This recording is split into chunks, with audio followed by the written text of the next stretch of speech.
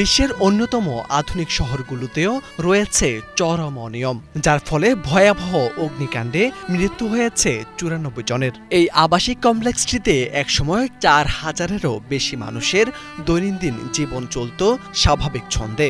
সেটি এখন ধ্বংসস্তূপ, কান্না আর অনিশ্চয়তার আরেক নাম।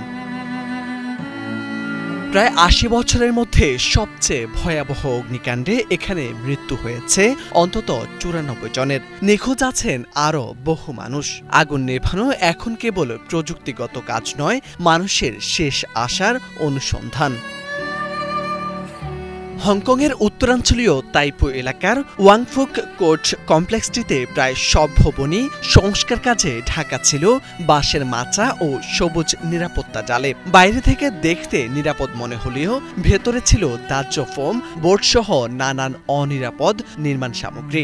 আগুন লাগার পর এগুলোই সিঁড়ির মতো এক ভবন থেকে অন্য ভবনে দ্রুত শিখা ছড়িয়ে দেয়। সংস্কার যাদের তত্ত্বাবধানে সেই প্রেস্টিজ কনস্ট্রাকশনের 3 কর্মকর্তাকে এখন গ্রেপ্তার করা হয়েছে।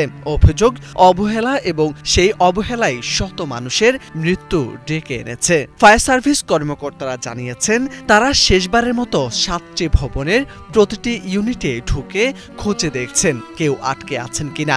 প্রচণ্ড তাপ, ধোঁয়া, ধসে পড়া মাচা সবকিছু উপেক্ষা করে কাজ করছেন তারা। ফায়ার সার্ভিসের কাছে এখনো 25টি সাহায্যের কল অনিষ্পন্ন, যেগুলোর কয়েকটি অগ্রাধিকারে খোঁজা হচ্ছে।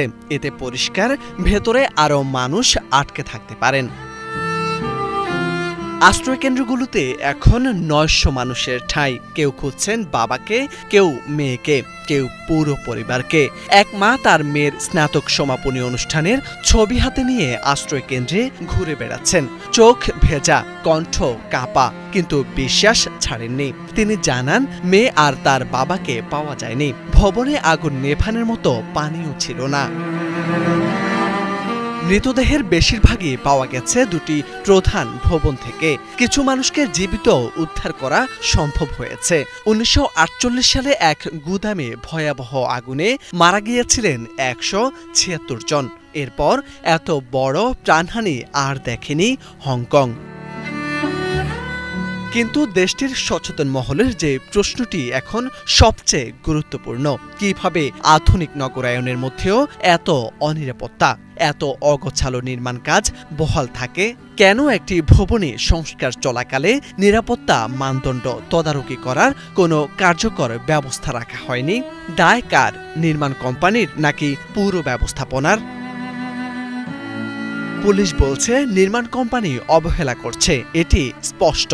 হংকং শহরের প্রযুক্তি, যোগাযোগ ও ব্যবস্থাপনায় বিশ্বের অন্যতম আধুনিক হিসেবে পরিচিত।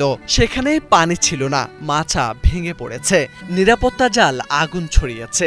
এসব বাক্য ট্র্যাজেডির বাইরে গিয়ে গভীর অস্বস্তির জন্ম দেয় বলে মনে করেন অনেকেই। মোরশেদ আলম, বাংলা ভিশন।